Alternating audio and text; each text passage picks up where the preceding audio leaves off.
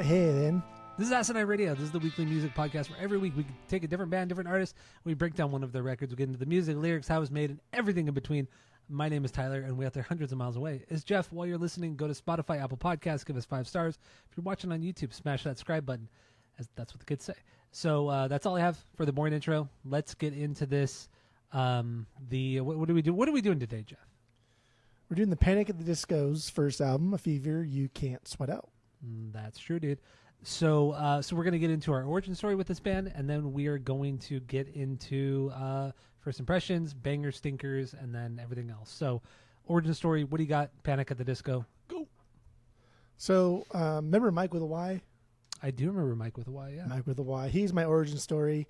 I saw Panic at Chain Reaction on this tour, the Fever You Can't Sweat Out tour, because he...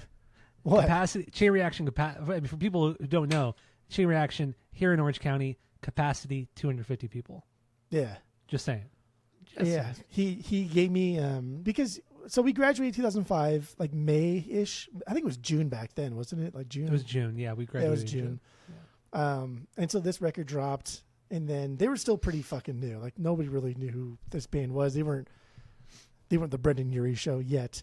So I think I looked it up on the set list site, and it said December, which sounds about right. So we started community college in August, and that's when friend of the pod Brian Moore, he introduced me to Mike with a Y, and he gave me the sampler. That's how you met. I didn't know that's how you met Mike with a Y. Was through Brian. Oh. Yeah, we all got placed in like the remedial fucking math class, and because I fucking hate math with a passion. I do not like it. I do not like it, Sam. I am.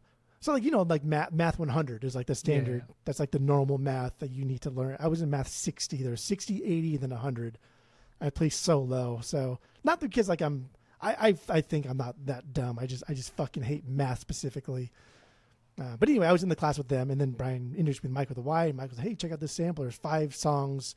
And it was like Time to Dance, Lying, Sins, Better If You Do, and then like, I think that was, I don't know, whatever fucking song it was. But yeah, we saw them at Chain Reaction. Fucking That's 3 of us went there, and they went nuts. I was like, dude, I like this. And then they were still trying to like put on the stage performance and be a little theatrical, but you're so limited at Chain Reaction. Like, what the fuck are you really going to do such a at Chain stage. Reaction? But I thought like, dude, these guys are dope. I like their pop punk sound, but I also like that they're trying to just be theater kids. But like real theater kids, not like My Chemical Romance theater kids. Like these are real theater kids. Yeah, because they read books and other dumb shit, but they like theater. Like My Chemical Romance, that's dumb. Fuck that shit. But anyway, that's my origin story. Mike with a Y. 2005, the first time I saw Panic. I think it's the only time I saw Panic. Nice. Yeah, because you and I never saw him. Yeah, and you and I went to most of the shows you and I have been together. So and yeah, I know you and I never saw him. Yeah, I never saw Panic. So my origin story, it had to have been I Write Sins Not Tragedies. Possibly you showed me this band at some point. I didn't remember, or I don't remember if you had, but I do remember the video being played on MTV. Or MTV2 at the time, whatever it was, and I didn't get it. I still don't get it. I'm going to try to be as positive as I can here. I'm going to say this for people who didn't listen to the rankings. Why don't you just be negative? Just be, because I'm going to try thoroughly positive. Because I do have some positive things to say about this band. I don't hate this band, but it's certainly not my thing, and there are some trash things on this record. But yeah, so I'm just going to try to be as positive as I can. I don't have any shit takes, but we all know that. But yeah, it was I Write Sins Not Tragedies, and I didn't like it. But I had friends who loved this song, not just you, but other friends who loved this song. So it was always playing. It was always on somebody's mix CD or on their iPod early in the days of that. And so I do have a lot of nostalgia with this particular song, and really this record in general. But yeah, I never liked it, and nothing's really changed, honestly. This week, I listened to it 3 times this week, along with all of their other records I listened to at least once. And I don't, it's not me, not for me, not my thing at all. I don't like it. So nothing is for you. I don't understand what you like. I like You don't like everything, the but Strokes. You don't like Arctic like- Monkeys. You don't like Panic at the Disco. I like a lot of elements What of do the you Strokes. I like a lot of songs from the Strokes. I like a lot of the songs from Arctic Monkeys, Modest Mouse. I like a lot of that stuff. Overall, though, I could do without a lot of it. It's the way she Or goes. all of it. Okay. No, not all of it. No, I didn't say that. You're just putting words in my mouth. But anyway, so that's my origin story. First impression. Don't really like it. I know you still love this record, right? Dude, I still love this record. Yeah. Like I put this on. It sucks too because I have the when Fueled by Ramen did the represses. Remember they were doing the secret presses last year or the year before, and like every month they were doing like a repress of fucking Paramore. And then they did like Panic, and they did something else. Remember on the Silver Wax, the Academy is.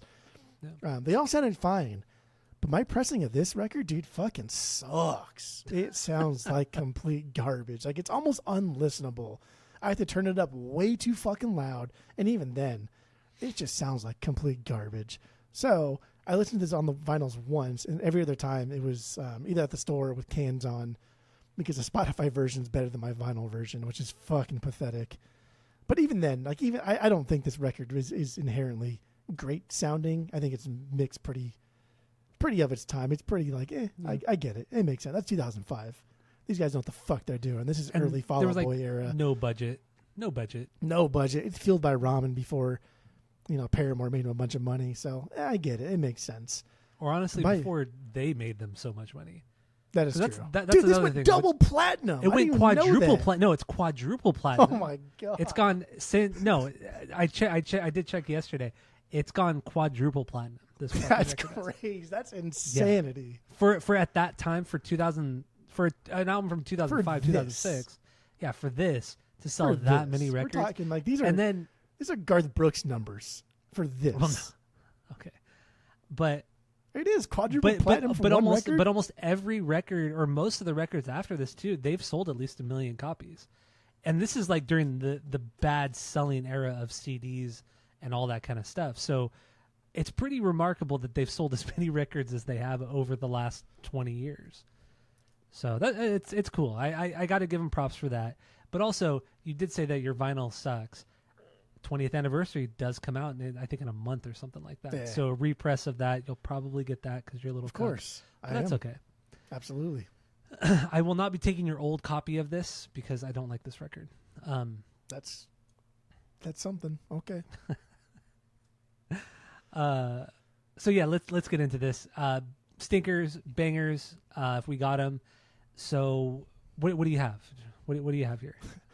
It's funny because I obviously have no stinkers, but I really tried to rein it in on the bangers, as I normally try and do now.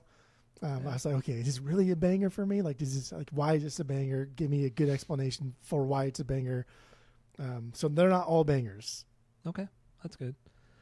So I mean, once again, I don't like this record. I'm not going to give it. I mean, technically, I could put everything as a stinker.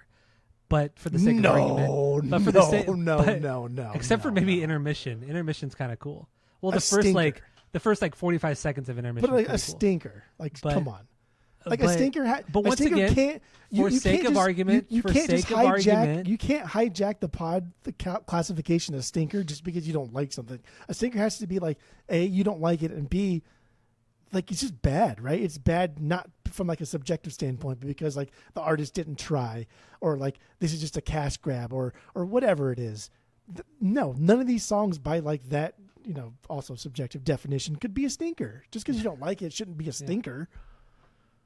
I mean, we can get more into it. I'm not going to say I'm not going to say anything is going to be a stinker, but I just whatever. Let's just say. Did you rank them in any capacity? I did rank them. I ranked all of them. Yes, I ranked every song on here, but I'm not saying that they're not all stinkers. But anyway, wild. So that's something there. So let's get into your number one banger, your favorite song on the record. I'll tell you where it sits for me. I have 8 bangers. Oh, what an idiot. I have 8 bangers, and when I said I tried hard not to just list everything as a banger, there's kind of 2 intermissions, right? There's 2 interlude. There's the introduction and the intermission. So out of the 13 tracks, there's only 11. So there's only 3 songs I didn't list as a banger. Did you watch? I don't know, but it's Better If You Do is my 1B. That's my favorite song. Okay, it's for my list is my number 9. So let's also preface this all by saying this record, the way it was recorded not in 2 separate parts, but it's kind of like a concept or a themed record. So the first half of the record is more rock based, pop punk based. The second half of the record is certainly more theatrical, musical theater, high school musical theater, very much in that vein. And that's kind of where this song sits. But it's Better If You Do. And honestly, the latter half of this record is significantly worse. To me, significantly worse than the first half. Now, let me also say this, because we're so early on and people might still be listening to my shit take. I think Brendan, if they didn't listen to the rankings episode, I think Brendan Urie is a fantastic singer. I think he's incredible. He's an incredible singer. I've seen him live. Great, great, great singer. Can't stand his voice, but he's great. Great musician, great guitar player, great drummer, great bass player, just great multi-instrumentalist. Fucking fantastic. That hardcore fucking shit he was doing on fucking live stream or whenever it was 10 years ago, killer fucking shit. He's so talented. Annoying as fuck, but talented as hell. I don't like him. So Okay. There's that. No reason, but okay. Other than you just don't like musicals. I like musical. I like musicals, but I don't. like, I think this 3. is just. I think this, like, songwriting wise, I think this is just so amateur and it just sounds so cheap. These songs sound so cheap. What in the fucking hell are you talking about? Compared to what? Compared to actual musicals? No one did this shit. Compared to Rodgers and Hammerstein. No fucking band Compared to was Rodgers doing and Hammerstein. This. Exactly. Yes. Exactly. Like, no fucking band was doing this.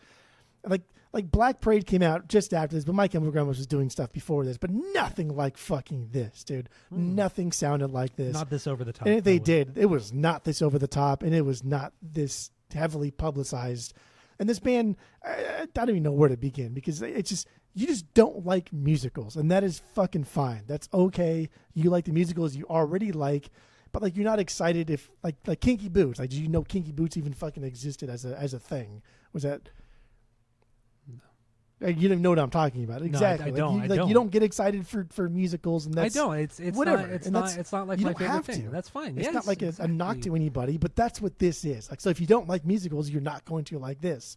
But you But can still appreciate something. but loving the greats, right? The goats of musicals, and like, of course, you Sound of Music and Singing in the Rain are probably top fucking 5 of musicals of all time, like hands down, without a doubt. There's a lot of that here. The way he sings. So when you say I don't like the way.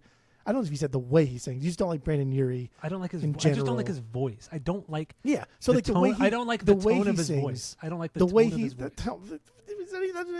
I don't like his voice. I just the don't way like his he voice. sings is as if he's singing to a crowd, as if he's singing to okay. like people, not like a microphone. Here we go.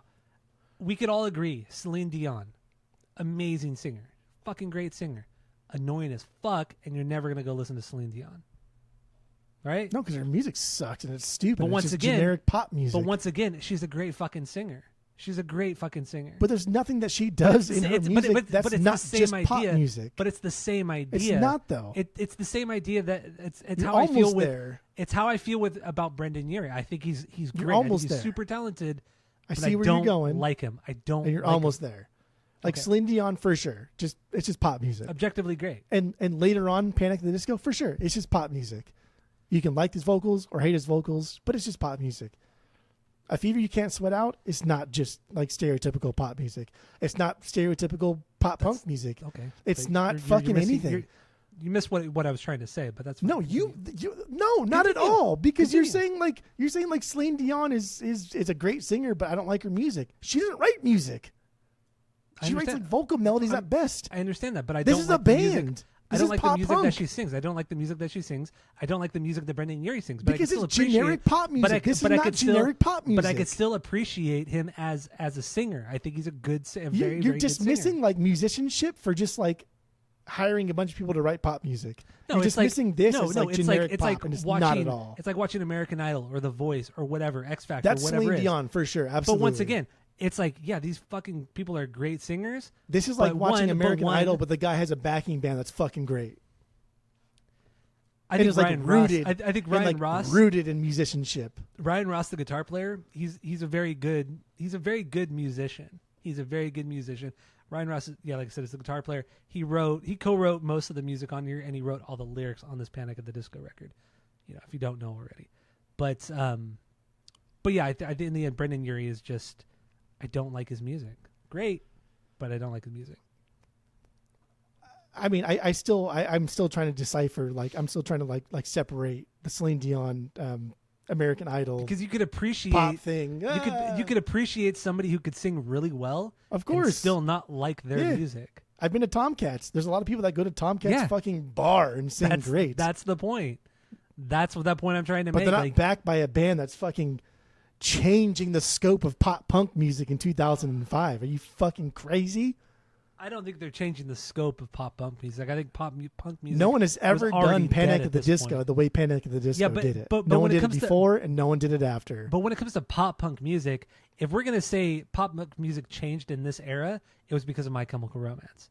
No, it changed because of this. No, it did not. It changed because of My Chemical Romance. Black Parade came Bullshit, after this. It doesn't matter. What are you talking about? But Black Parade changed pop punk music way more than Panic at the Disco did. That was more like alternative than it was pop punk. But it was still more pop punk. And so was Three Cheers. Through and through. Three Cheers was way more pop punk than Black Parade, and it still shifted pop punk, but it wasn't theater kid music in a darker way. But it wasn't theater kid music. But we're not talking about theater kid. We're talking about pop punk music. That's why Panic is so different. Like, did you not listen to the fucking record? I did. I listened to it. No one has ever done a record like this, like ever, because like you can't do a record like this because it's stupid and it's not very fucking good. It's a timestamp of 2005. It doesn't mean it's good. It doesn't mean it's doesn't mean it's good. bad. It doesn't mean you can just dismiss it. Like you can't like you like saying things like, "Oh, it doesn't mean it's good." Okay, new metal doesn't mean it's good. Like all of it's fucking objectively the same. Metal it's fucking is trash. stupid. Yeah, all of it's stupid. It's all stupid. Fuck out of here. Oy. This to me, like this, even though I love my new metals, I love my Limp Bizkits. You love your corns. This to me, like if we're to send like a record into space in hopes that Alien listens to it, would I choose this? I would choose this over any new metal record. I would choose this over any of them. This is so much more thought out than any new metal record. It's so fucking stupid. Tell me how I'm wrong. Tell me how I'm stupid. How is that stupid? It's just like, it's almost like objectively not very good music. It's a bunch of young kids. It's a bunch of young kids who've never really played together, and they're just throwing a bunch of ideas out there, which is cool. I like young bands. And they're sticking. And I like young bands that just throw out ideas. I love that. And that's why first How's records. It bad though? How is it bad? That's why a lot of first records are so great. Look at Thrice, that first Thrice record. I'm not talking about how is this record not good though? Because the songs are not very good. They're too over the top. They're way too over the top. Brendan Urie doesn't shut the fuck up on this record. So that's the point. He does not. That's theater. That's musicals. I know, but this is not a musical. But that's the thing. This is not a musical. It is a musical, though. That's exactly what this is. It's not. Yes, it is. There's no overarching theme. There is an overarching thing. There is a cinematic aspect. No. They even talk to the audience in it. There's not even like a real story. There's not a real story. Yeah, there's songs that talk about love and heartbreak and addiction and shit like that. But there's no story. There's nothing here. There's no real true theme outside of the fact that these guys are 18 years old, 20 years old, because Ryan Ross is a couple years older. But these guys are really young. They're just throwing ideas out there. They're not a fucking band at this point, which we'll get into in a bit. But this is just a mess of a fucking record. That's what this is. And not only that, they have the backing of Pete Wentz from Fall Out Boy. Fall Out Boy were just like on the up and up.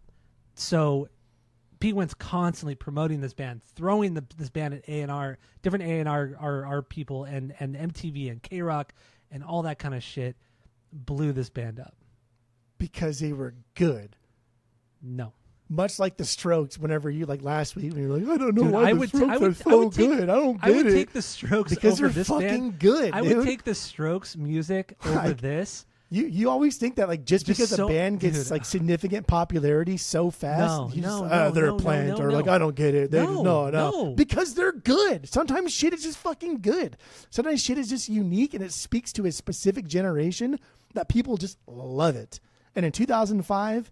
Like, this is exactly what people wanted. Pop punk has already kind of run its course at this point. That's Fucking what I pop punk run its course in 1999 when Blink dropped Enema of the State. Like, that was agree. it.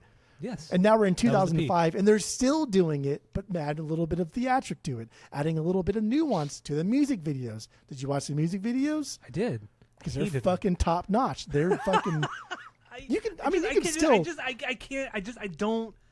don't like You that just style. don't like theater. All I want you to admit, I don't like theater. That's all I want you to admit. I don't really like this stuff. No. You don't like theater. I get it. And like, that's what this is. This spoke to the theater kids in all capacities, not just high school, but anybody who's like, fuck, man, I wish I could be in a band that really, really like pushed the theater thing forward. That in the front was I'm performing in front of an audience, and then the music kind of took the backstage. And that's what Panic did better than anybody else could ever fucking do. And no one has ever done it like this to this day. All right, so let's get into some of the songs. We're going in circles a bit here, but it's better if you do. I just want you to admit you don't like theater music, therefore you don't like Panic music. I like some. I think it's Panic. fun. I think it's fun to go to a stage show, to a theater. When the fuck the last time you gone to a? It's been a long time. Last fucking it's been time a long time. It's been high school. It's probably like no. high school. I went after high school. When? Like in 2009-ish. What did you see? I don't remember what I saw, but I saw shit. Why do you lie to? Don't I'm not lying. I tell you over and over. Lying. You do not lie to your dad. I'm not. Do not lie lying. to me. Do not lie to your dad. I actually did. You would know exactly what you saw. I don't want to talk about it, but I did see friend of the pod Chris. He was in a Rocky Horror Picture Show. Got you. So you went to go see a performance because your friend was in. You want to support your friend, not but because that you was actually cared that about was the just one performance. example. That was one example. But I've seen other theater shows. Oh, I'm sure you've seen tons of them. My No, best I friend's a haven't- theater no, show. I Absolutely. didn't say I've seen tons of them because I haven't seen tons of them.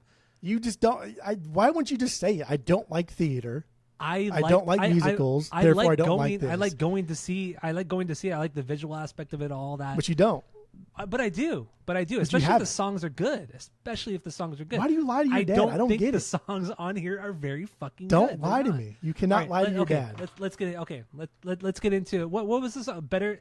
But it's better if you do. But it's better if you do. First of all, But it's perfect better. transition from the intermission, and like they play this shit live. Like Brendan Urie actually plays a fucking piano part, and that's a dope fucking bit. That's an amazing ding ding ding ding ding ding ding. And later on, they'll be more theatric with it, and they'll bring out like a whole band. And everybody will get into it in the drum part. But for like this record, like calm it down a little bit, right? Let's transition to the latter half of the record, and that's not even the latter half. It's like the last 3 or 4 songs. But yeah, it's better if you do. Perfect transition. I love the bass line that plays around before it finally finds a groove with everybody else. And the loud like, oh, and I'm afraid. And that part, little double clap in, get the fuck out of here. I love the chorus progression.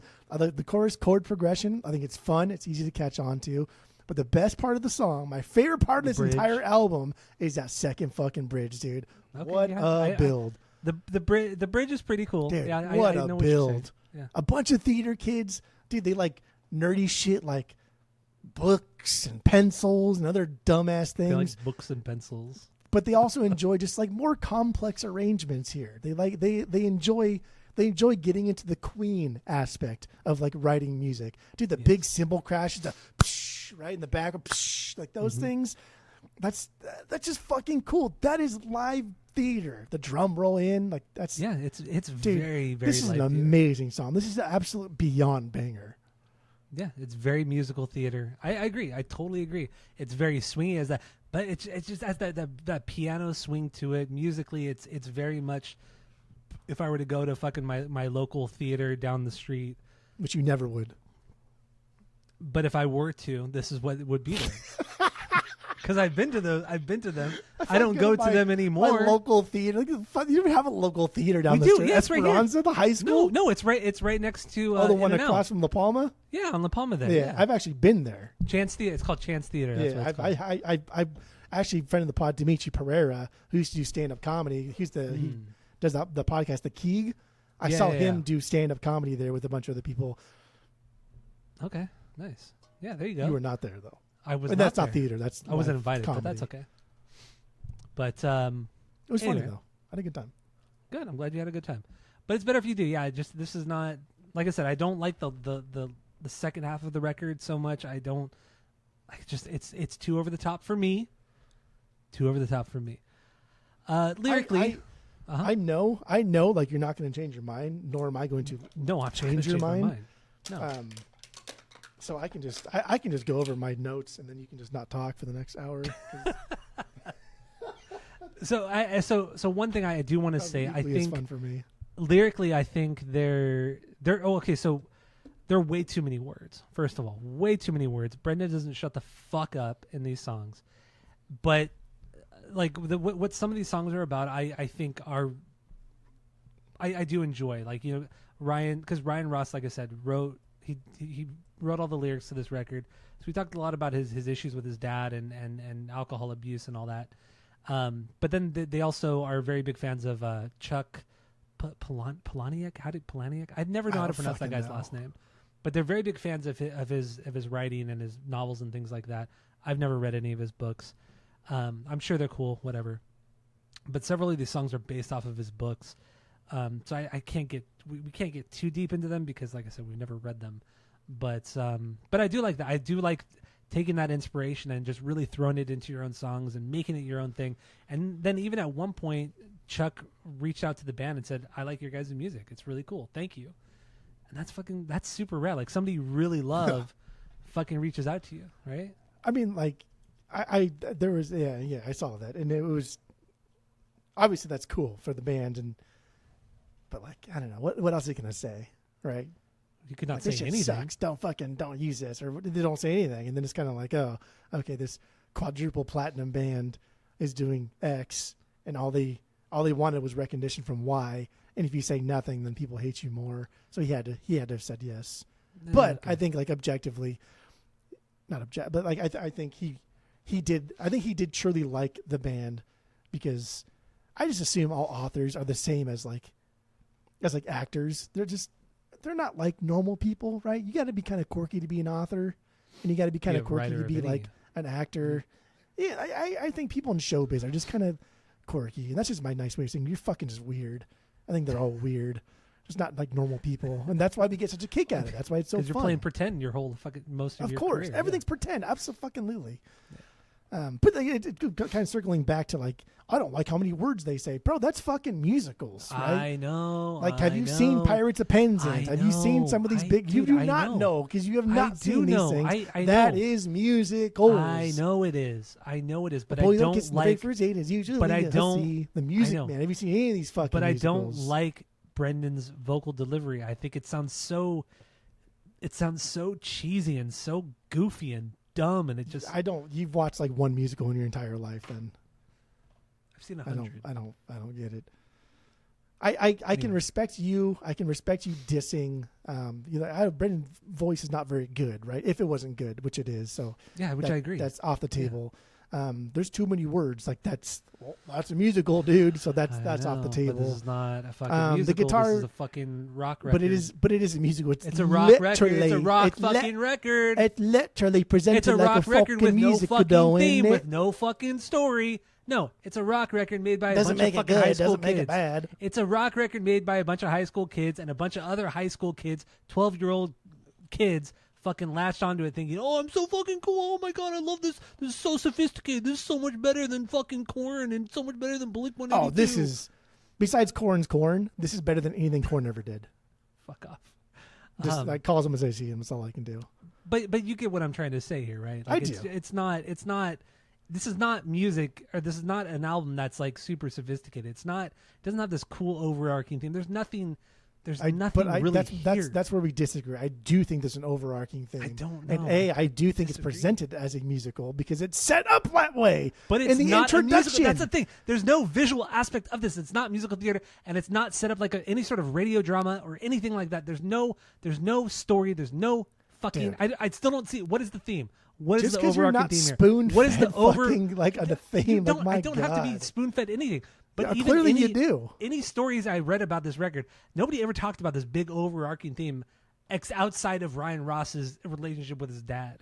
Which it's not a fucking concept record lyrically, but musically these songs float from beginning to end. But and the introduction, it's split into two two separate essentially two separate records with an intermission. That's what intermission fucking I know what does. an It breaks intermission apart does. Act 1 to Act 2. I know are you it does. fucking retarded? What are I you know it talking does. about? But Act 1 and Act 2 have literally nothing to do with each other. They do have something to do with each other. No, What do you? fuck off. What? They do not. What? It's the same fucking band. The same. What do you? What? What are you talking about? It's not two different bands. It's not two different like different bands. ideas. But it essentially is two different ideas. It One doesn't is, go from one is like only taken electronic to the way like, fucking. What? But there's no reason why they went to such an extreme on the second half of the record. It's not an extreme. It's not an Yeah, extreme. dude, it is. No, it is Fuck off, not. It is too. Yes, it is. No, it is not. It's not. such It's a- not. It's a giant jump from the first half of the record to the second half. There's of the just record. less Absolutely. electronic elements. That's all. Less rock. That's it. It's the second half of the record, which is not a bad thing, but in the context of this record, it is. The second half of this record is straight up musical theater.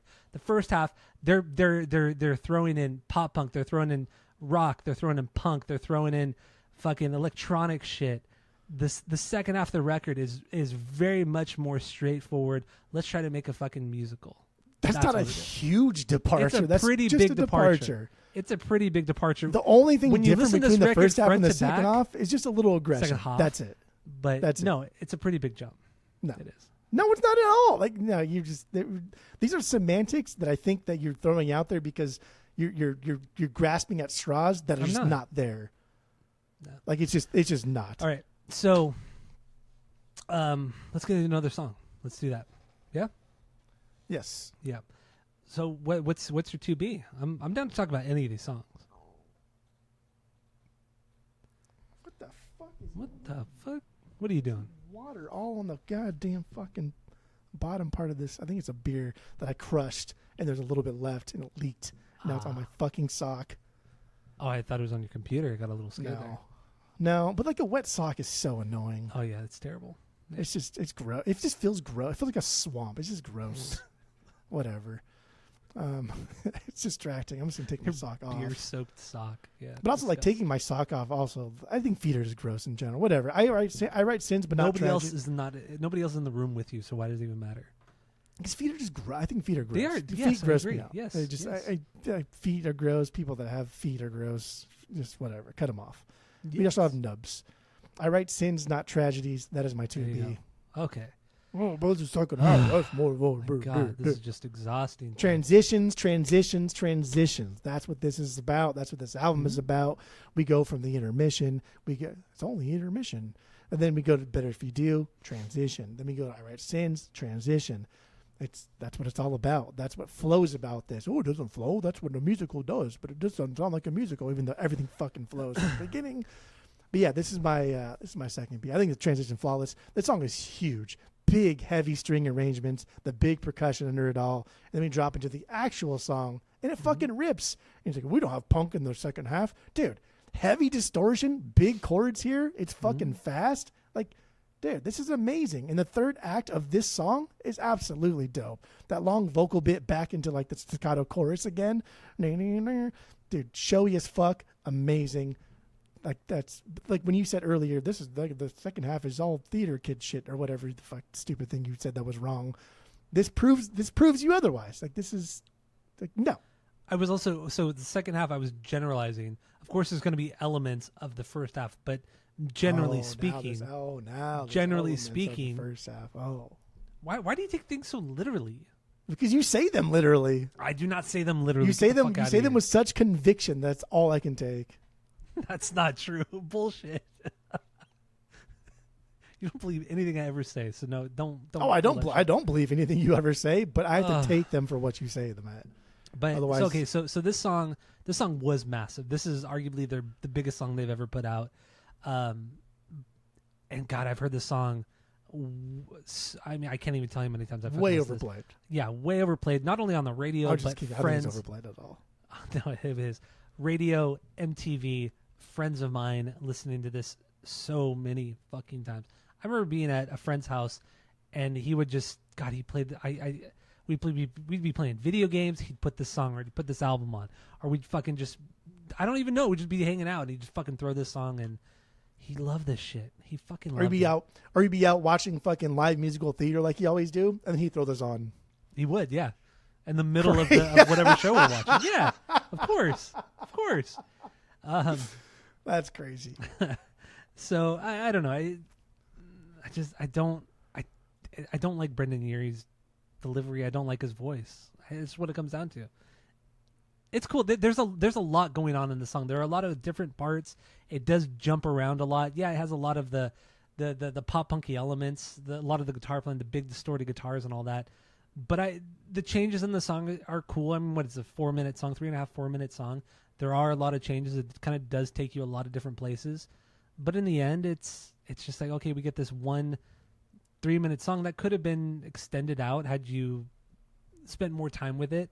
You could have extended the song out to a 10-minute song and made this like cool epic of a song and wrote these cool lyrics and this whole whatever to the song. But it's just, once again, it's just, let's throw just fucking, as whatever ideas we have, let's just fucking throw it at the wall and just, why do you let's keep use saying it that like it's a bad thing? I'm not. But this is like, but you this is say it almost like it's a bad this thing. is like almost like the first, this is like one of the most annoying first thought, best thoughts. I know that's on the no-no list, so I don't like using it. But you but did. this is, I know, because I'm breaking the rules a little bit on Asinine Radio. That's what we do. But this whole album is first thought, best thought. And it just, a lot of times it doesn't work, and that's how this song is too. But I'm like, there's too many moments, and nothing truly transitions though. I'm trying to figure out which part of this doesn't work, right? Because they go like, I chime in with the haven't you been hurt, and then the next part is like, I'm the atmospheric kind of like long thing, and then it goes back in and I chime in with the din din din din din din. What part of that doesn't work? Like, I think it works fucking flawlessly. I don't know. I think we get quiet parts when we're transitioning, and I think Brendan Urie does a good job at having these big, like, soaring fucking I guess, and then everyone's kind of like just strumming out like open chords and hitting the verb real high, and then we all just stop. I chime in. Like, I think that works fucking flawlessly. I suppose. I don't know. I mean, maybe I don't have that much of. I mean, maybe I don't have that much of a defense. Maybe you're just breaking me down. I wish in the beginning, I wish you would have said, I don't like musicals, I don't like theater, and I don't like this band. Then this would have been a whole different conversation. The one thing is, but now you're lying about it. I like the first two things you said. I don't like this band. That's all I'm saying. You don't like musical theater. I do like musical theater, and I don't like this band. I like theater, bro. But you I like don't fucking like Sound of Music and Singing in the Rain. Singing in the Rain is the greatest musical ever made, hands down. You said Sound of Music was it earlier? No, Singing in the Rain. If I said Sound of Music, no, I wouldn't. Even if you said Sound of Music or Singing in the Rain, I wouldn't say like, no, you're wrong. Singing in the Rain is the greatest musical. You can make an argument for both, like for sure. Anyway, although Sound of Music really a musical, I don't know. You can make it. Yeah, you could make. Anyway, who cares? Fuck it. Who cares? I care.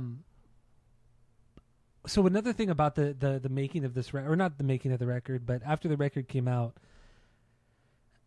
whoever it was, the fans and other Pete Wentz and whatever, this record was so popular that at one point K-Rock was playing like 4 or 5 of the songs off of the record, and none of the songs were even singles at that point. Like Fueled by Ramen and Pete Wentz's label Decadence or whatever it is, they weren't pushing any singles out at that point.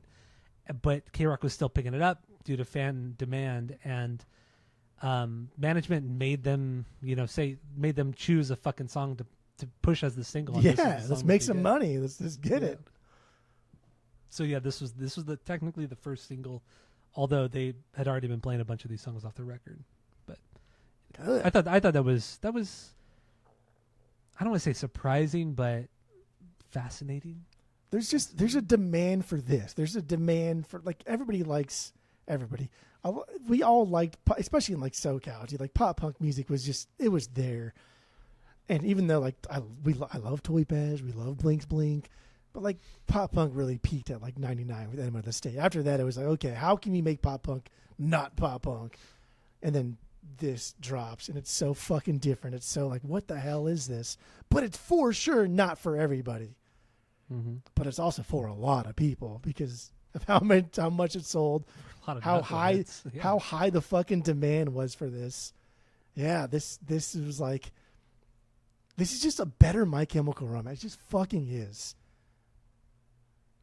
It just fucking is. It's a very much more theatrical My Chemical Romance.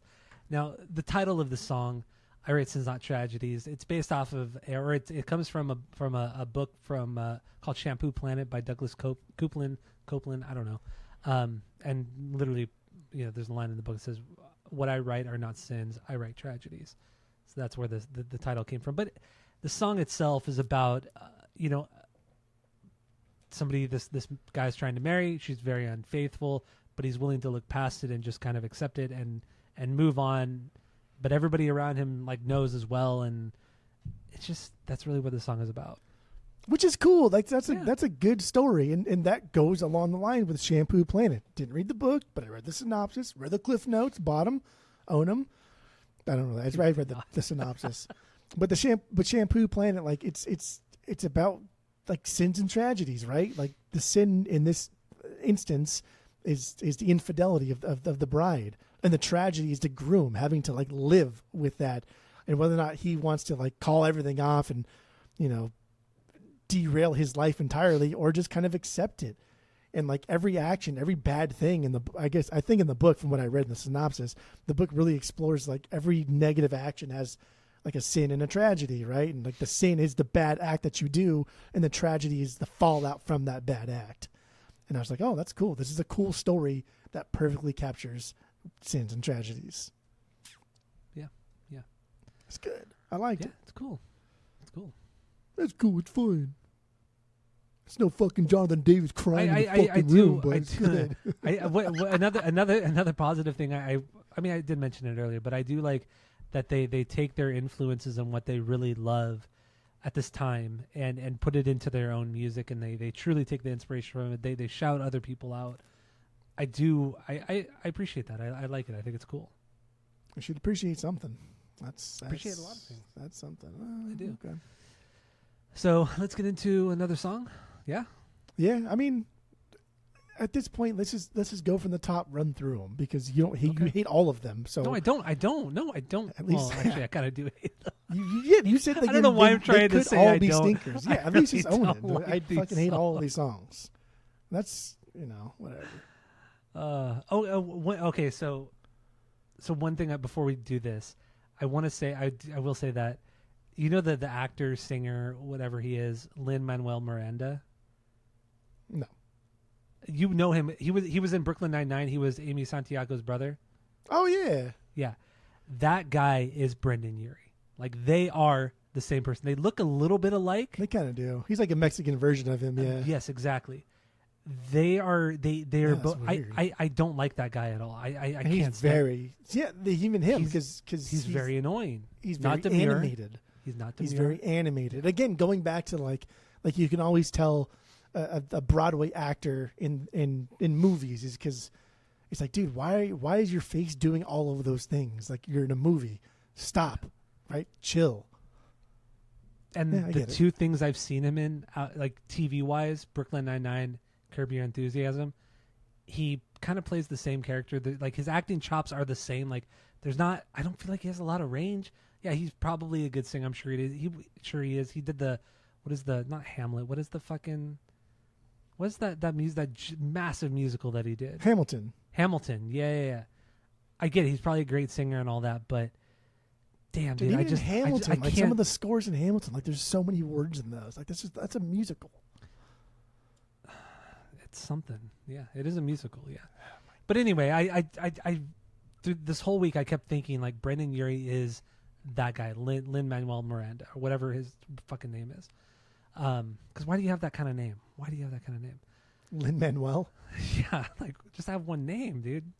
Wasn't he the bellhop Sopranos? He was Sopranos. Yeah, he was in Sopranos. Yeah, in that it was when Tony and Polly they're taking that road trip down to Florida. They stop at that random hotel. Why? Yeah. So I don't know why I thought of this, or maybe you've seen this too. But I've watched some clip where that guy Lin-Manuel talks about that Sopranos scene, and they had to tape a big X on the floor, blocking wise, to where he was supposed to stand on. And I don't know why I thought of that, or where that came from, or why I watch anything kind of that boring about that specific side character. Why would that actor? Yeah, it would have had to have come up in something else I was watching, right? I would not seek that out. I don't know. Yeah, I don't know. I don't like. He's so annoying in Brooklyn Nine-Nine, and he's so annoying in Curb Your Enthusiasm. Just obnoxious as fuck. But anyway, he reminds me a lot of Brendan Urie. That was the point I was trying to make here. And you hate Brendan Urie, and you hate him, and you hate theater, and you hate musicals. So moving on.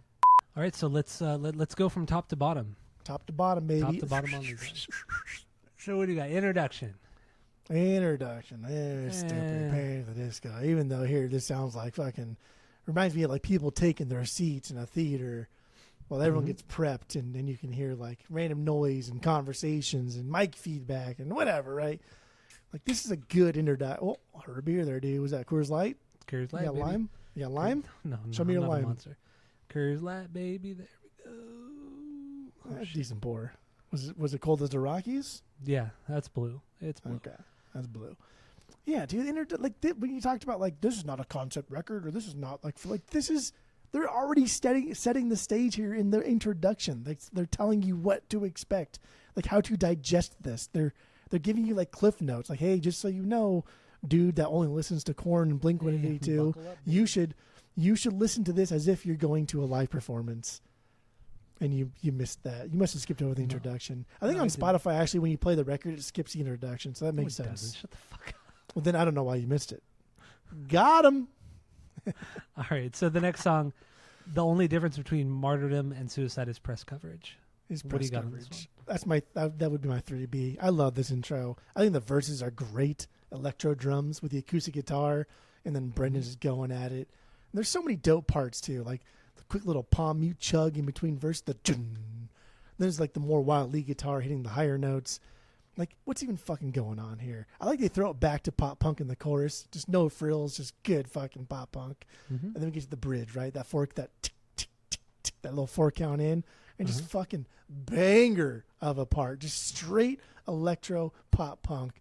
And it doesn't need to end the song, right? It works perfect as a bridge. Like, that's good. Let's explore it for a minute and get out of it. Get back to like what we do best. Is the pop punk. Because I started off as a cover band, right? They did. A Blink-182 cover band. A Blink-182 cover band. They did, yeah. And even live, dude, Brendan can still hit those ahs like pretty fucking goddamn well. Like he's just a good singer, Great good singer. theatrical singer. And I think this is just a good introduction to the record, a prologue as it would be, I guess, lyrically. I think it's cool how he talks to the audience and sets the stage as if we're watching a play live, and like, dude, this is just like fucking cool, like Shakespeare kind of shit, just like cutting edge, right? Like doing something so different. And how I talked about how like the Romeo and Juliet, Leonardo DiCaprio, Shakespeare would have loved that shit because it's just fucking different. It's just taking like an old thing and making it a little bit different. And here, right, it's almost like he's like a snake oil salesman, like trying to sell us something, right? He promises to deliver so long as the audience will do the same. It's a cool red aside meant to capture the audience. It's just fucking so cool. And then, yeah, he could be poking fun at the whole entire idea of it, but I think it's more like a meta thing for them. And they're really, I think they're really, really trying hard to be like theater kid pop punk. I think so too. Yeah. I've never denied the fact that these guys did not try hard because they fucking tried. They worked their asses off making this record. For the very short time it took to record the record, they did work very hard on it, even though they weren't even really a band at that point, which we still haven't got into. But, you know, I think the chorus in the song is really fucking cool. It's really cool. It has that disco beat. I think the vocal melody is very catchy. It's one of the few moments on the record where I'm not annoyed by Brendan's vocals. I think it matches the music perfectly. It's a faster tempo song as well, so it's very much more pop punk based. I dig it. I do like that part a lot. The electronic breakdown though, it's very reminiscent of its time and that kind of screamo era, where you're just a lot of those bands at this time were just throwing that into still early though. I know it is early. It's still early, but it was still very of its time, and that's what a lot of those bands were doing. They were just, I mean, look at fucking what is it? Bring Me the Horizon or Pierce the Veil. One of those two bands. I was just going to say, especially in metalcore. Yeah, it was because they adopted the electronic thing, but that was like metalcore. That was now and then later, right? This but I'm is just still saying, it's like in the infancy. I know, but what I'm saying is just throwing in it randomly into the breakdown it's or not the random. bridge. But it is kind of random. It doesn't really make much sense in the context of the song. Because of course it does. Because another big thing that was kind of going on was like the electro swing, right? The pair of stellar, booty swing. That was a little shit. bit later, though. That was like the early 2000s. This is like a couple years after. It was. It's like this is like, that's like a genre that's no. Oh, okay. God damn, the song is so fucking good. See, yeah, they like that's kind of where they're taking from is that I don't know that sound, and again, it just makes sense, right? Because Reggie and the Full Effect, Get Up Kids, they're all using the Moog. They're all using like synthesizers in their music. It already been happening in emo music. I mean, even looking at like this. Horse the Band, there's a shit ton of synth and all that. I get it. I get it. So it's not unheard of or not like weird that they're using like a lot of electronic elements in this. That's just what was happening in 2005. But my point was in the breakdown of the song was that all of a sudden you drop into this electronic element during the breakdown and then jump right back out of it back into another chorus. Like there's no in this song in particular there wasn't a transition, or it wasn't seamless really at all, and that's how a lot of metalcore screamo was at the time. That's all I'm saying. Yeah, it's early on. There's two things. There's two things, right? So like one, again, that's like musicals. Musicals are notorious for just yes, I know. Let's throw a song in there for no fucking reason, right? Because everybody's so bored with the story, so they got to throw something in because live theater to wake everybody to wake everybody up in the crowd. Yeah, and stupid. I get it. Okay, I get it. I didn't know what my second point was. I had two. Remember, I said two. The one I didn't know what the fucking second point was. And then like the transitions. Man, this is good. It's good transition. It makes sense. They're setting again. We're early on here. They're setting the stage. They're still like this is like their thesis statement. Even though we had an introduction, the introduction is just sit the fuck down and listen to what we have to say. And the only difference, or the song Martyr. This is their thesis statement. They're saying, hey, we're a pop punk band. We love theater. And there's going to be a fuck ton of electronic elements throughout this record. Check this out. Boom. Done. It's almost like a coda in the beginning. Mm-hmm. It's beautiful. Yeah, it's cool. It's cool. So let's get into London Beckon songs about money written by machines. God, dude, are you Fall Out Boy? I hate these fucking Fall Out Boy long titles. Fall Out Boy, stupid. Just these titles are just they're so almost like irrelevant to the actual song. What happened to old like Peggy Sue and stuff like that and La Bamba?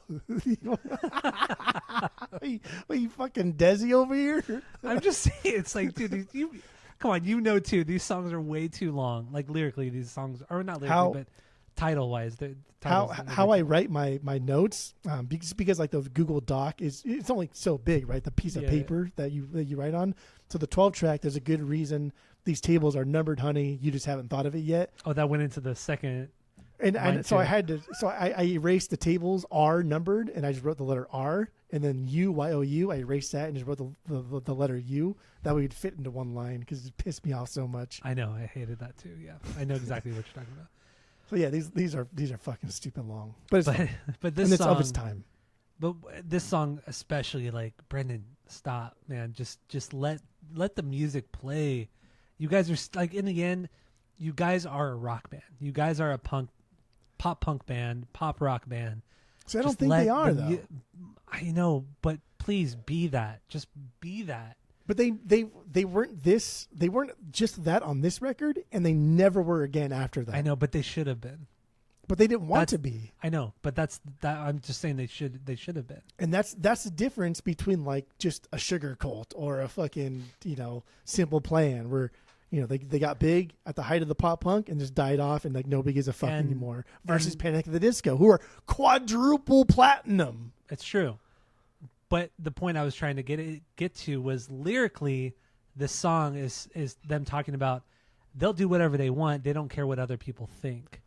So that was kind of like, I was kind of trying to transition to that. Like, regardless of what I think, they don't give a fuck, and they're gonna put as many words and lyrics into this as they want. And Brendan's gonna do whatever the fuck. See, but it's not like I don't give a fuck. I'm a punker. It's more like damn, I hope people like me. And like, dude, even like that line right there, that wet dream for the webzine, dude, what a fucking dope timestamp. First of all, right? Like their image entirely was perfect for the MySpace profile pic era, or like the aim away message era. And like It was. this song is about like them, like, damn, here's what we like to do, and I hope people like it because this is all we got. Like, if you want to peg us as a one-trick pony, that's fine. Here we go. And that was it. I don't think it did any, like, I know whenever we talk about, like, oh, fuck off, I'll do what I want. There's almost like a machismo element to that, right? Like a very punker, like, oh, fuck you, I'll go back to working on Blockbuster if I have to. This was more like, here's us, man. This is all we got. If you don't like it, then we are fucked. That's kind of what I see this lyrically as. Which I get. I don't disagree with you on that. And I just lost my train of thought here. And it's a faster punker song for them too. The fact like the wet dream is the wet dream. Yeah, of course, it's so fucking sick, dude. And God again, damn their it. bridges, man, like just fucking dope bridges. Keep it kayfabe with the stage play aspect. There you go. I completely forgot what I was gonna say, but it was so fucking relevant. Oh, you know what? Okay, now I remember. So I was gonna say, speaking of old internet, because you talked about MySpace and AIM and all that shit. So going back to the history of this band, how they got the attention of Pete Wentz was that, maybe it was Ryan. I don't remember which guy in the band it was, but he reached out to Pete Wentz on LiveJournal. So going back to LiveJournal, I mean, technically that website is still around and people still use it. But I never even fucked around with LiveJournal. But back in the early 2000s, mid 2000s, LiveJournal was massive. And I had a LiveJournal. A lot of people I knew had a LiveJournal. It's embarrassing. I've gone back in the last couple of years and looked at my old LiveJournal. Oof, it was bad. But anyway, that's how they DM'd him in the early days of that, and they DM'd Pete Wentz, and they just kept pestering him, bugging him, sending him demos or links to their MySpace and shit like that. And then he finally caught on, and then he signed him to Decadent, his record label, his imprint label. Decadence. And there was one song that they sent him that really did the trick, and that was Time to Dance. Was it? Okay. And Now We Dance. Yeah, Time to Dance was a song that got him the attention, but we're not there yet. We are, but I just wanted to mention that because of old internet. So let's get into Nails for Breakfast, Tax for Snacks. Tax for Sacks, baby. Yeah, so lyrically, I think this is a very personal song to Ryan Ross. This is about his dad's alcoholism and how kind of that's affected his life and how he's not had a good relationship with his dad because of it. So this is one of the most personal songs on the record, which is cool. I like that vulnerability, especially for a band that's so theatrical and so over the top. I appreciate it. It's not a banger appreciate for me. a lot, but anyway. You're saying appreciate a lot because you already know that I'm so mad. Because I'm just trying to be so nice about this, so I'm saying appreciate. That's like what you say to somebody when you don't really like something, but you want to just kind of move on from the subject. That's a very, I think because you work in like a world where you have to be nice to people you don't like. It's a very corporate thing. It's a very corporate thing. Yeah. Yep. Because I use it a lot at work. I use it a lot at work. I appreciate that you're sad that you ran over my dog, but I'm not that happy with it. Okay? I don't go that over the top with appreciate at work, but I certainly use it at work. It's a very corporate thing. But yeah, Nails for Breakfast, Tax for Snacks. This is not a banger for me. But fuck, man, I love this electro tinge like to this song. I love the drum beat. I like that they can electrify everything in this song, but keep the drum tone true, right? Mm-hmm. And we talked about keep the drum tone true. I think this is mixed shitty. I think it's just a product of its time. This is the mid 2000s, whatever. But it's cool that we can hear just an acoustic drum set, and everything else is electrified in the sense that it sounds like a fucking dance party, right? Yeah. And I think it's I just think it's a little too linear for me to be a true banger. Everything's like the waveform is just kind of like really kind of in the middle. It doesn't showcase Brandon Urie's strong points. There's no highs, there's no lows. His little part where he goes like, "Nine." I'm not a big fan of that part. That might be my least favorite song on the record. Okay. But yeah, supposedly it's about Ross's father's alcoholism, just alcoholism in general, I think. Mm-hmm. And it's kind of interesting too, because he had stayed away from alcohol after this for a long time, and then I read that after he left the band, he moved back to Vegas and then got arrested for DUI, and he had a bunch of guns in his car and a bunch of like meth and a bunch of like other pills and shit. And wait, but Ryan, he's like clean now. The guitar player? Yeah. Oh shit! Yeah. I didn't read that. And I thought this was bullshit too. And then until you can, obviously this is the internet. You can just search people's name in Las Vegas PD, and like sure as shit, like the Rest Report, former guitarist from Panic at the Disco. But then I found a Reddit thread where he was actually in the thread. He's like, yeah, this is Ryan, this is me, that's all true. And then he would say like, here's where I'm at now. I'm in a good spot. I was like, oh, that's kind of cool. Yeah. But of course, everyone's like, bullshit. You're fucking not him, not him, not him. Yeah, like, I don't know, man. All the it bots. Probably is, right? All the fake people on your Reddit and Instagram and all that shit. Oh my god, dude! Like it's just so filled with bots. Yeah. I mean, just off top. Did you watch Elon on Joe Rogan this past week? I watched like the first half of it. Yeah, I mean they had some interesting parts, of course, but I think Elon might be the most exciting human alive right now. I love him or hate him. I think he might be the most exciting human alive. Like, I would agree with you on that. Yeah. I don't like that comes him, out of his mouth is like, damn, dude, I really just need to listen to what you have to say because he is influential. Absolutely, yeah. He's fucking highly influential. He is. Yeah, I mean, he's a fucking multi-billionaire, and he knows how to take advantage of the government for various funding and tax subsidies and all that kind of shit. I don't know. The guy is say he's the most He's the most interesting man in the world right now. I agree. Right now. Yeah. Regardless of what you think of him, he is a fucking genius, and he has fucked over a lot of people. Yes, but he's like a little kid who's like, yeah. When I was a kid, I thought there was gonna be flying fucking cars, so that's what we're working on. Give me a year, and we're gonna come out with an announcement about flying cars. Did you hear that part? Yeah, that was like towards the last half of the Joe Rogan podcast that he was talking about. He's like, yeah, we're trying to like work on like transporting millions of people throughout space onto other planets. Oh, I didn't get to that part. I was like, bro, who even fucking thinks that? Like who? Like what? Like we can't even fix healthcare here. We're talking about like shuttling people to fucking Mars to colonize Mars. But that's just how this dude thinks. Yeah. And I respect it. I think it's childish at the same time, right? Like simultaneously brilliant and also just like fucking naive as shit. Yes. But anyway.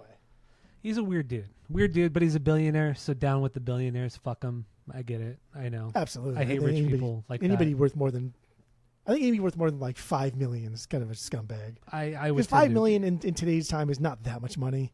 Yeah. Like it's a lot of money for sure, but it's not that much money. True. Yeah, but once you hit the billion range, it's like fuck you, dude. Just I don't consider you a person at that point. I know. I just don't. I don't give a fuck what happens to you. Yeah. Our likes and desires and plights and struggles are fucking not the same. And clearly, you cared nothing about the human race whatsoever. So fuck off. It's true. And that's called a breakaway civilization, dude. So let's get into Kamasado right here. Very upbeat song. Kamasado. Fucking never lets up. Never lets up. But that's most Panic songs, right? Yeah, he never shuts the fuck up, right? Why can't he shut the fuck up? Never shut the fuck up. Yeah, it's my 4B. A lot of great parts. Verse is super fun. This is like the first straightforward kind of like fun. And Brendan fits. I don't know. He does fit in a lot of goddamn words, huh? Yes. So, like reading through the lyrics, I'm like, dude, this is exhausting. And you're saying a whole lot of nothing. It's like you're saying a whole lot of nothing, man. A lot of filler words. Brendan really does remind me of like Shapoopy from The Music Man.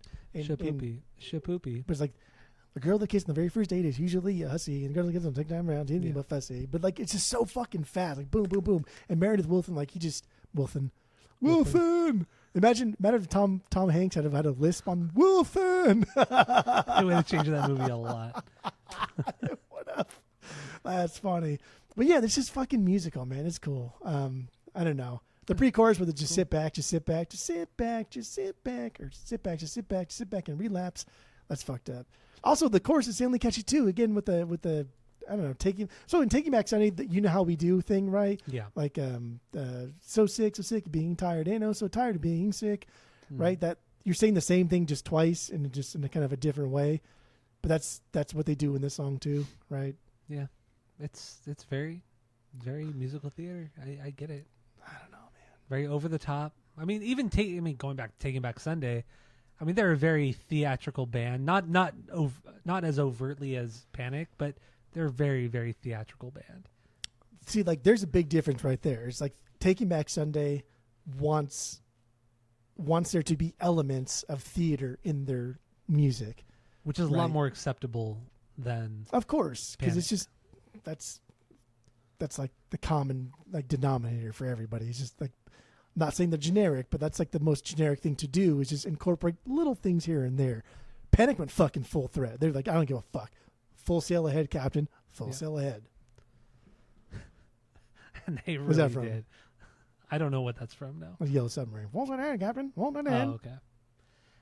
So yeah, lyrically on Kamisado, this is more about his Ryan's dad's alcoholism and hitting rock bottom, going to being hospitalized, all that kind of stuff. So it's more of an extension of the previous song. So let's get into Time to Dance. Time to Dance.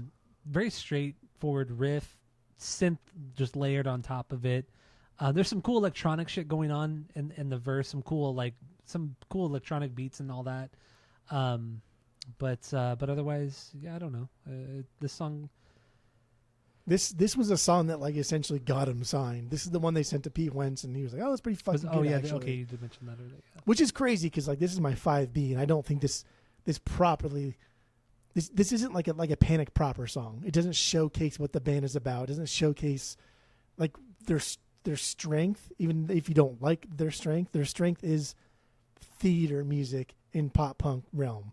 This doesn't really show that, but it's cool. And also, Brendan did a short YouTube thing. He's talking about Panic songs during the pandemic, and he said that before they recorded this, he claimed to have downed like 12 energy drinks before they started this whole session, and the demo of this was like the best thing he's ever recorded because he's like, I was so fucked up on energy drinks, and he grew up Mormon too, right? So like him, what do you don't like that? I mean, come on, it's not his fault. 12 energy drinks, come on, God. I mean, he's clearly. Hey, hold on there, dude. Exaggerating. Hold on there, dude. We used to pregame Four Locos with a Four Loco. I know, and then go drink. I know we did, and that's stupid because each Four Loco was like 2 or 3 energy drinks, but 12 energy with drinks? alcohol. Okay, but anyway, I don't know. I mean, I think that's a little bit fabricated on his part, or exaggerated, I should say. I don't. Maybe not. What if they're 8 ounces? What's 8 times 80? That's 3/4 of a gallon. 12 Red Bulls. Drinking 12 Red Bulls. Let's just say it wasn't a Red Bull. It was called something else. It was called like a. But I'm just saying, like Red Bull is like a smaller quantity, but it has a lot of caffeine and a lot of with other stuff in it. Guarana. Torana. But whatever the fuck it is. Anyway, who cares? I don't. Taurine. All right, Time to Dance. We skip over it. Lying is the most fun a girl can have without taking her clothes off. 7B for me. This is very brand new sounding, no? I didn't hear any brand new. Yeah, I didn't fucking even listen to That's okay. Very theater kid shit. It's just kind of like a kind of boring not boring. Well, kind of boring. Mid-tempo track, just slow build. I also hate the chorus so much in the song. Why? Just that airy, that the way he sings the okay, so I wrote it down. So testosterone boys and Harlequin girls. Fuck. Yeah, the high airy thing. Oh, I hate it so much. Actually, before we continue with this song, let's go back to Time to Dance. I didn't mean to bring this up. The one part where he sings the when I say shotgun, you say wedding, shotgun wedding, shotgun dude, I love wedding. That part. I hate it so much, and that is literally the worst part of the whole record. And again, like, okay, so let's go back to Time to Dance. That is the worst part of the whole song. That's keeping it kayfabe, right? We're breaking the fourth wall again, right? That's what's going on. And I hate Let's keep the audience interacted, as he said they were going to do in the introduction, in the first fucking song. Yes. When I say shotgun, you say wedding, and like, shut the fuck up. So like, oh, there's no concept here. Like, okay, it's just they're doing the same fucking thing over and over. Oh my good lord! I hate the delivery of him saying it. It's so fast. It's way too fast, and it just sounds. I just hate. It's uncomfortable to listen to. This whole record is so uncomfortable. I hate this record. I don't know what. I fucking hate Again, it. You're showing your stripes here for never having seen a live play at some point. That's what musicals are. They're uncomfortable. They're fucking weird because nobody talks like that. Nobody just talks and sings. And I don't want. When we do this podcast, we don't sing this, right? Yeah, it's uncomfortable. That's the point of it. But I know, we and love I it. don't. No, I don't. I don't love it, You and I don't want to you're just a hear. monster. And I just don't want to hear the audio of it either. It's annoying. It's frustrating. So again, like circling back, had you run into this and like, listen, I don't like musicals, I don't like live theater, and I don't like this record, then I'm like, okay. Then you can listen to me talk for the next hour and a half. But instead, we dance around this thing. You're like, oh, I love this shit. And then you don't I've like never this. said I loved it. I never said I loved it. You don't You're like putting words theater. in my You mouth. don't like musicals. That's and not you won't true. admit it. That's not true. All right, so let's get back into the line. What else do you? Yeah, what do you're you? doing What else? fucking What right else? now. What else do you pretend to love about this song? I mean, this is my 7 Bs. I don't pretend to like love this as much as my No. 6, 5, 4, 3, 2, 1 Bs. But it's still good. I like having the verses be toned down and serious compared to like the chorus. Gives a nice contrast. I also like that drip sound, that doop doop. Gives a song like a more kind of like texture, makes everything just sound more melancholic. Okay. I like that. And it's silly and it's dumb and it's kind of like, oh, dude, that's a cool sound in the studio, right? And again, we're the same age as these fucking guys. What were we doing in 2005? I know what we were doing in I know 2005. exactly what we were being fucking. And idiots. we were not like putting drip sounds on studio like this. No fucking way. And obviously, like, this is getting into the intermission. Like, we're transitioning to the latter half of the record here. So this song is tough. This song is tough because it's in a position to where it has to lead into the intermission, but not sound just like, okay, curtains. Because that's not what it does. True. And again, I love how the bridge, again, like, points towards the audience, keeps us engaged, as well as gives a little bit of stage direction. There's nothing wrong with that. I don't know why you hate that so much. Okay. But he does. That's So let's okay. get so intermission. First chunk of it, the cool electronic thing, techno thing. Then it drops into this like piano kind of vaudeville thing. I don't give a shit. Right? It's like the best part. Oh my god. You just need to go to bed or something. I don't know. I don't It's know what's not going like on with you. it's not like specific. This is like Baroque pop, dude. This is like I know. Yeah. like the Left Bank and so many fucking bands made just an absolute killer career off of. That's what Renee, my wife Renee, she's named after a Left Bank song, like Baroque pop through and through.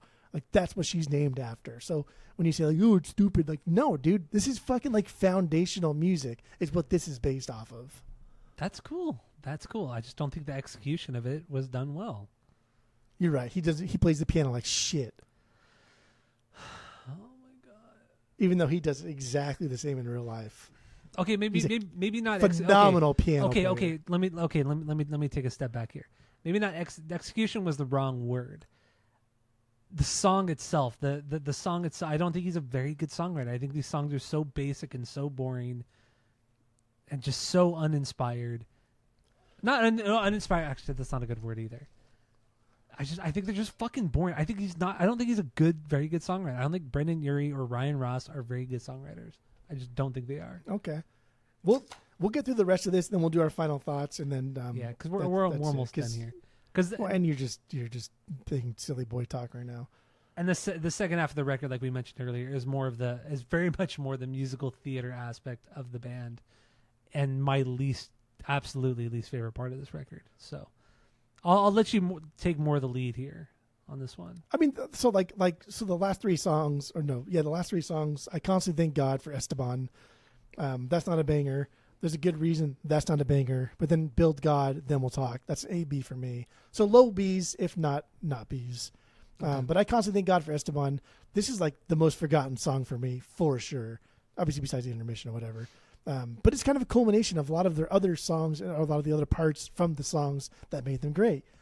But I just don't think it's very top-notch banger tier.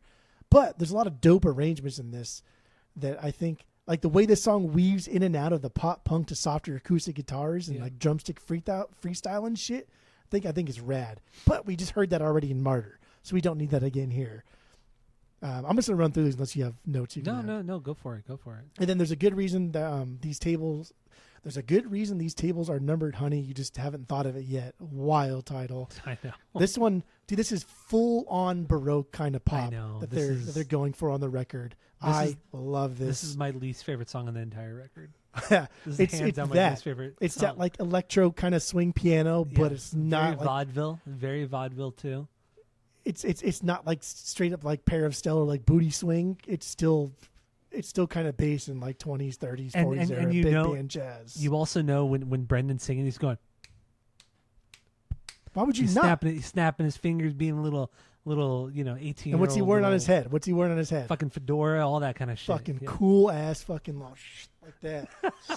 Yeah, like crisp as a razor, right across. Oh man! Oh, I don't like it. And then the last track, "Build God, Then We'll Talk." And we'll talk, yeah. Dude, we didn't talk about the accordion too, because it's better if you do. That's another song that has the accordion in it. And I'm a big accordion guy now because I own an accordion. So That's I'm a big right, accordion you guy now. I forgot you have that accordion. No idea how to play it, but I fucking love it. But yeah, "Build God, Then We'll Talk." Another accordion song. Accordion is dope, dude. I like this as a closer. Well, I don't think it's super melodic like some of the biggest bangers. I think it does have a lot of bigger, like Broadway kind of parts to it. It's very, very Queen in how it's played. There are a lot of parts to this, and it wouldn't be a Theater Kid record without a direct reference to arguably the best musical of all time. Right, my favorite things. Interview my favorite things. But yeah, I don't know. That's it. "Build God, Then We'll Talk." That's all I got for the tracks here. Let me just go.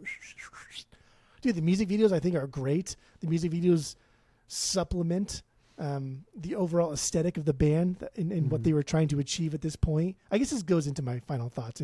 Unless you have anything else, then I'll go into my final thoughts. No, final thoughts. Get into it. Yeah, the music videos just supplement what the band was trying to achieve. I think this band was a bunch of dorks. And they liked Blink, and they liked theater, and they liked reading books, and they wanted to incorporate all three into one thing. And this is what happened. I think, like, at best, Black Parade fucking scratches the surface of what this achieved. And Black Parade's a fucking joke. And we did it on the pod not that long ago. And honestly, like, I loved Black Parade when it came out. I thought I did. And re-listening to it, I was like, dude, this is fucking dumb. I bought that CD at FYE back in the day. This remember is FYE? Dumb. Yeah. I do remember FYE. There's still one Harbor, over here. Off of Harbor there? Harbor and the 91 Lincoln? Freeway. Uh, Harbor and the 91 Freeway. Like Fullerton. It's Fullerton, technically. Orangethorpe. Yeah, Orangethorpe. Yeah. I still got that. I still have to say the streets so I don't forget them. Otherwise, they're lost to the sands of time. Harbor and Orangethorpe, yeah. Yeah, that's where we stood in line for the Rock the Bells Coachella tickets. It was Coachella when Rage Against the Machine. Fucking fifth in line, and we missed the Coachella tickets to go see the reunion show of Rage Against the Machine in 2006, 5 or 6. I don't remember what year. Remember the single day were sold out, but then they had the 3-day tickets for $500. Like, get fucked. I only have $80 on me. How can I afford the for the 1-day ticket? How am I going to afford that? Yeah. Which even still today, I would have said, get fucked. I'm not paying for 3 days. Go fuck yourselves. I'd rather just not see them. Yeah. But anyway, I think this record is a timestamp. It shows where this genre of music was at this point. And even still, dude, like, we're talking like American Idiot only released a year prior to this, right? Yeah. And then American Idiot didn't get its Broadway thing until like many, many years after. It was like 2008, I think.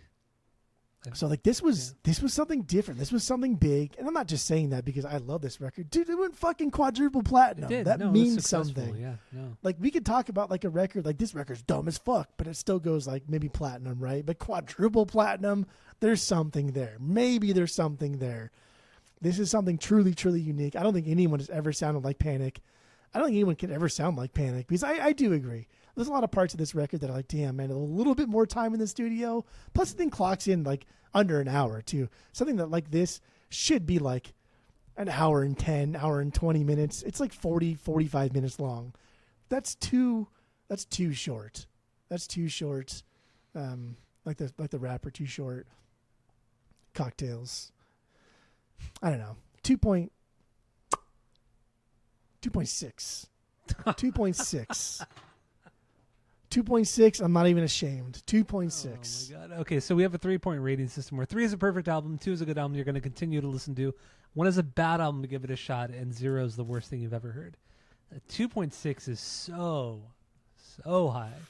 Yeah, I thought about 2.5, but I think it's too. I think it's too good to just be a 2.5. I think it really, and again, if you don't like theater, if you don't like musicals, you're not going to like this. Okay. You're just not. All right. So my final thoughts. My final thoughts on this one. Once again, Brendan Urie, great singer, great musician. I think he's fantastic there. Songwriting, I don't care for at all. I don't like his vocals at all. He's a good singer. I don't like the sound of his voice. The tone, I hate it. I don't like the way he sings. I don't like his cadence. I like nothing about it at all. Ryan Ross too. I feel like the songs are kind of weak. They get way better on Pretty Odd, but even still, it's not that great. And I don't know. We talked so much and we argued so much about this record, and I do like musicals. I do like theater. I really do. I think it's fantastic. It can be fantastic. But I feel like these guys were a little bit too young. I think they were straight out of drama, like theater and high school theater, which is not a bad thing, but you gotta admit, like, this is just very kind of amateur and throw as much as we can at the wall and see what fits. You keep in the end, that I don't think and that's in what the it end, is. These guys were not a band. These guys were. They were a band, but they had never played live. They had never played a show live. They signed a record deal. They recorded a record. Because they're like 16. But once again, no, they were 18, but that's fine.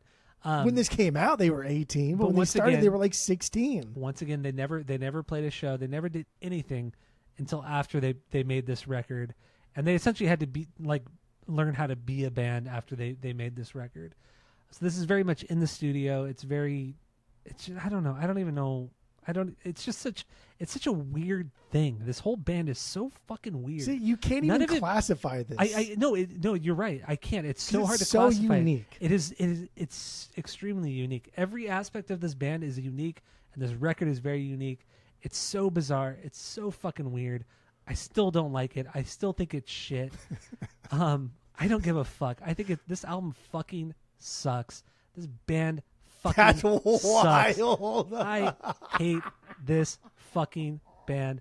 I hate this fucking record. This was the hardest week I've ever had on this podcast. We've done Poison. We've done Puddle of Mud. We've done Sting. Dude, as he listens to Creed. like 35 I don't care. Motorhead records that sound identical. Dude, it's so much more fun and exciting than this fucking band. I hate this fucking band. I really do not like this band. So long as it's metal, they could have 35 records that sound identical, and you'll that's digest fine, it. Because you have one record that's really fucking good, and this is better than fucking Ace of Spades. And every record sounds like that really good record. Fuck yeah, I'd listen to 30 Motorhead records, which I have, and you did too, and you loved every second of it. But anyway, I hate Panic at the Disco. It sucks, but I can also appreciate how great of a fucking musician and singer he is. I will give personally. I give this record I'll give this record a 0.25. Oh damn! Only because I think some of the lyrics are cool, and I think Ryan really tried as a lyricist on this record. I'm only giving credit to Ryan. I think Ryan tried really hard he tried hard as a lyricist, and he tried to be very vulnerable. Once again, the guy was like 19 or 20 years old. So you think like people like the one is like you should listen to it once, but it's not very good. This is not even like you should listen to it once. No, it's stupid. Even though nothing sounds like fucking this. Stupid. This record's stupid. I don't give a fuck. This record's stupid. That's wild. Yeah, it's stupid. I don't like this record at all. I don't like it. This may be the dumbest fucking thing you've ever rated ever in the history of this pod. Absolutely. I hate this record so much. I hate it so much. Like talk about trying your hardest and being objective about the rating system. Like, no, you didn't give a fuck. Hey, also, give me some fucking credit here. I said I lot give of you zero credit. Oh, shut the fuck up. I give you less than zero credit. I gave a lot. I said a lot of positive things about this record. A lot of positive things. And then ranked it a 0.25. This record fucking sucks. I mean, we just talked about it. And you gave me zero. This is one of the worst records. I can't stand Brendan Urie. Like, I can't stand his vocals. I can't stand the songwriting. That makes sense. He's a great singer. He is a great singer. Once again, Celine Dion is a great fucking singer. I don't like her music. But you can't stand her vocals? No, that's not what you said. You said I can't stand his vocals. Yeah, and I don't like listening to Celine Dion. I can't stand listening to her sing. Bro, if I was in Is that Vegas better? and somebody gave Is me that like better? front row tickets to Celine Dion, I'd be fucking there. And Well, I'd be yeah, so because excited. because And I you're would saving cry, $600. and I'd be excited. Fuck that. Fuck I'm that. not saving $600 because I've never paid $600, but I would go and I would have a fucking good time. And at the end of it, I'd say, you know what, Celine? 0.25. Right? Yes. Yes. Oh, I would never. Celine Dion, Never say that to 0.25. Celine. Celine? Celine. Celine, yes. But That's yeah, cool, man, I Celine don't Dion. like Panic at the Disco. I think this record really sucks. It's terrible. So thank That's you all for wild. listening. Good. Thank you all for listening. Go to Spotify, Apple Podcasts, give us 5 stars. If you're watching on YouTube, smash that subscribe button. And that's what the kids say. So that's it. That's all.